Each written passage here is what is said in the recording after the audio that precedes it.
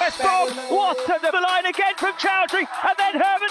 Back to Ndidi. Now Hamza Chowdhury shoots. কয়েক মাসের মধ্যেই বাংলাদেশ জাতীয় ফুটবল দলে যোগ দিতে যাচ্ছেন হামজা চৌধুরী। পাসপোর্ট জটিলতার অবসান হয়েছে, তিনি হাতে পেয়েছেন সবুজ পাসপোর্ট। জাতীয় দলে খেললে হামজাই হবেন বাংলাদেশের ইতিহাসের সবচেয়ে হাই প্রোফাইল ফুটবলার। বর্তমানে ইংলিশ প্রিমিয়ার লিগের দল লেস্টারের হয়ে খেলছেন 26 বছর বয়সী এই ডিফেন্সিভ মিডফিল্ডার।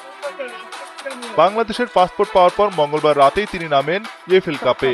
বদলি হিসাবে নেমে একটি অ্যাসিস্ট করে লেস্টারের জয়ে অবদানও রাখেন হামজা। পুরো নাম হামজা দেওয়ান চৌধুরী। তার মা বাংলাদেশের হবিগঞ্জের আর বাবা ক্যারিবীয় দেশ গ্রেনাডার। হামজার বাবার সঙ্গে তার মায়ের ছাড়াছাড়ি হওয়ার পর হামজার মা বিয়ে করেন বাংলাদেশি একজনকে। ইংল্যান্ডে জন্ম বেড়ে ওঠা হামজা এরই মধ্যে খেলেছেন ইংল্যান্ড অনূর্ধ্ব 21 দলে।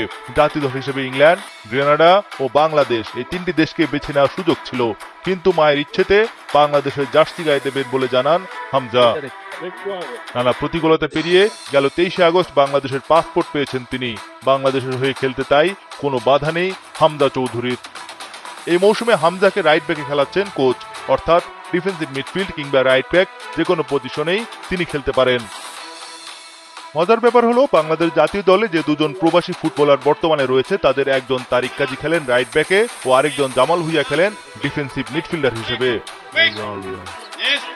জাতীয় দলের বর্তমান অধিনায়ক জামাল ভুঁইয়া। ডেনমার্কে জন্ম ও শৈশব কেটেছে জামালের, সেখানে গড়ে উঠেছে ফুটবল ক্যারিয়ার। তার বাবা মা দুজনেই বাংলাদেশি। বাবা মায়ের ইচ্ছায় তিনিও ডেনমার্ক থেকে চলে এসে বাংলাদেশের ফুটবলের সঙ্গে জড়ান নিজেকে।